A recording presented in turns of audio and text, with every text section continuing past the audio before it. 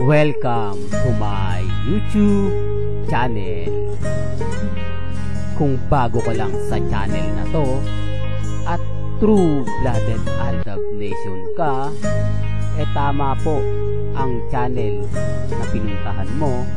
Kaya considering na po kitang bagong subscriber. At huwag mong kalimutan pindutin yung bell para lagi po kang updated sa bagong video na ilalabas ko. Salamat po sa iyong pag-click sa channel na to. Welcome back mga ka-Aldab. Ito na naman po ang inyong lingkod, si Mr. Destiny. At magbibigay tayo ng pinakamagandang update po ngayon sa social media. Ito yung pinaka-latest na pinost nga po ng kaibigan ni Alden Richards na sinasabi nga po na pumapabor nga po mga ka-Aldab, na sinasabing wala nga po o hindi nga po nila kasama si Alden Richards. May mga bagay-bagay po mga ka-Aldab na titignan nyo naman po yung sinabi rito sa post ni po Bob. Grabe yung game, sana magkasama. Dito common sense na lang po sa mga bitter po sa akin, sa mga nagre-react po sa akin hanggang ngayon na Mr. Paasa, di po ba, napakaraming komento, napakaraming mga bali-balita na talaga naman pong mapapaisip kayo. Di po ba? Kahit naman po kasi sabihin nila kung ano man po yung maanghang, masasakit, okay lang po yan. Normal lang po sa akin yan. Di po ba? Hindi naman po tayo yung tipo na kapag nakakita ng mga update, nagre-react agad-agad. Kaya nga sabi ko sa inyo, ako po dito po sa channel ni Mr. Destiny, kung ano lang naman po yung nababalitaan ko, nakikita ko, napapanood ko, kampante lang ako, relax lang po ako.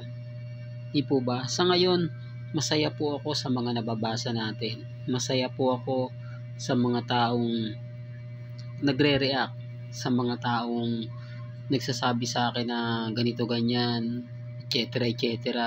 Tapos yung mga nagko-komento naman po na Mr. Destiny, tuloy mo lang yan, nasa likod mo kami. Masayang masaya po ako kasi alam ko po na yung Aldab Nation nandyan lang Hindi po ba? Bakas naman po sa mga mata ni na Alden Richards at ni Maine Polkerson. Kaya lang normal lang na marami akong bitter. Normal lang po na maraming affected, naiinis sa mga pahayag at sa mga sinasabi ko. Kasi hindi naman po ako basta-basta nagpapa-apekto. Hindi naman po ako basta-basta nagpapatalo kasi masaya na po ako sa mga nakikita ko, sa mga napapanood ko. Kalmado at kampante po si Mr. Desti. Kaya wag po kayong magpapadala, magpapa-apekto sa mga pahayag at sinasabi po ng iilan. Kasi hindi naman po tayo magpapadala sa kanila. Sa mga ina-update ko, kayo naman po makapagsasabi, kayo naman po makapagpapatunay. Di po ba? Hindi po lahat ng mga napapanood ninyo, nakikita ninyo, nababasa ninyo, sasabihin na hindi totoo. Depende na lang po yan sa mga panawagan nila. Depende na lang po yan sa magiging kumbaga pahayag po sa social media. Kasi ako masaya po ako. Di po ba? Masaya po ako dahil tayo po yung topic. Huwag po kayo maniniwala na si Maine Polkerson resign na po. Bakasyon po siya ngayon. Bakasyon po siya para nga po i-celebrate ang kanyang 30 years. Di po ba?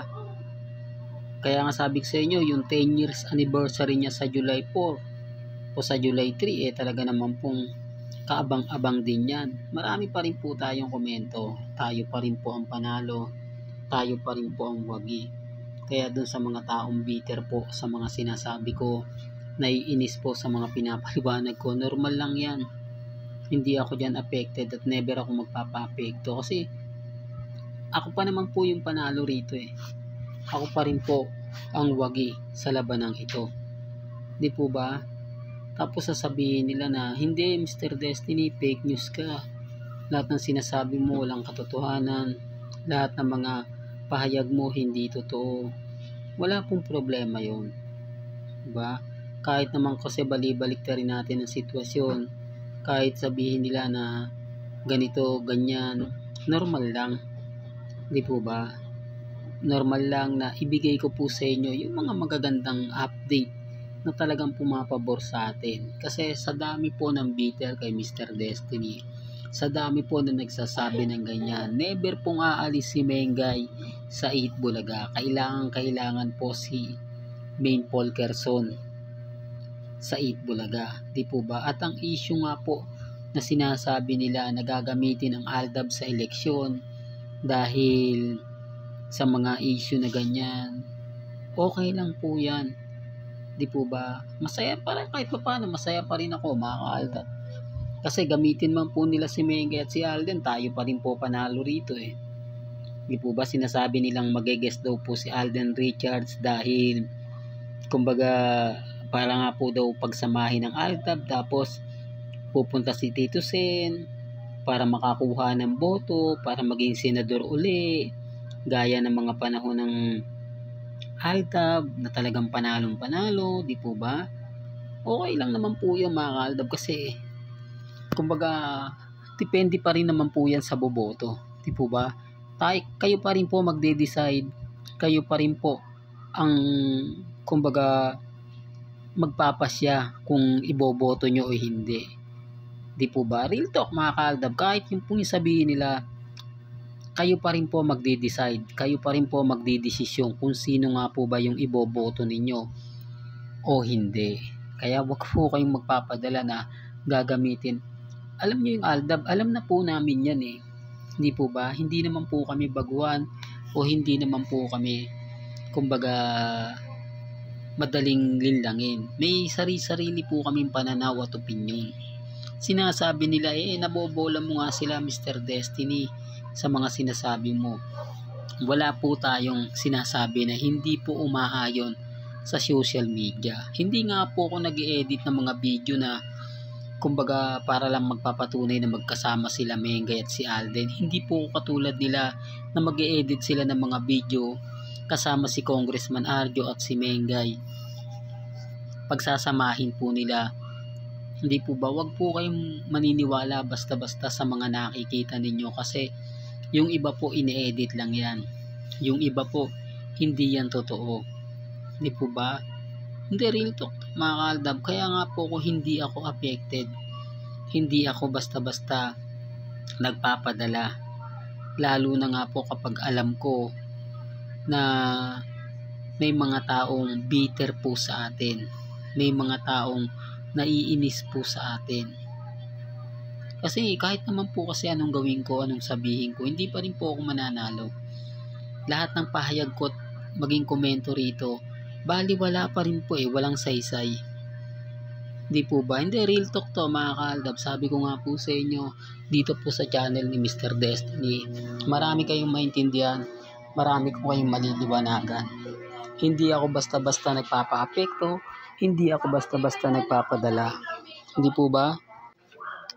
Kaya nga po relax lang ako Kaya nga po ako kampante lang, matatag. Di po ba?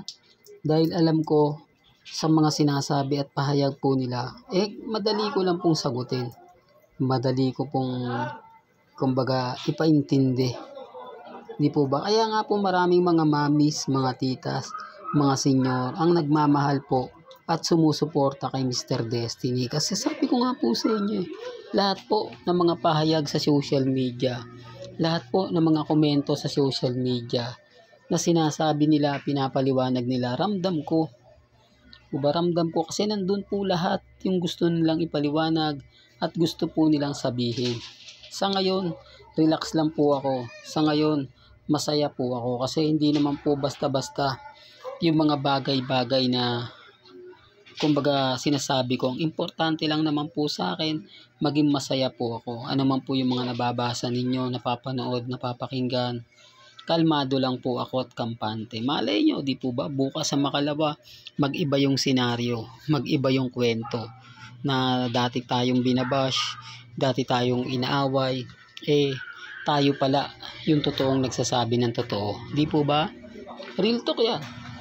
Well, hanggang dito na lang po ang ating latest updates. Kaya kung gusto nyo pa po ng pinaka-latest at sariwang update, abay tumutok lang po kayo dito po sa channel ni Mr. Destiny para updated po kayo sa mga bago at sa mga latest na i-upload po natin maya-maya lang.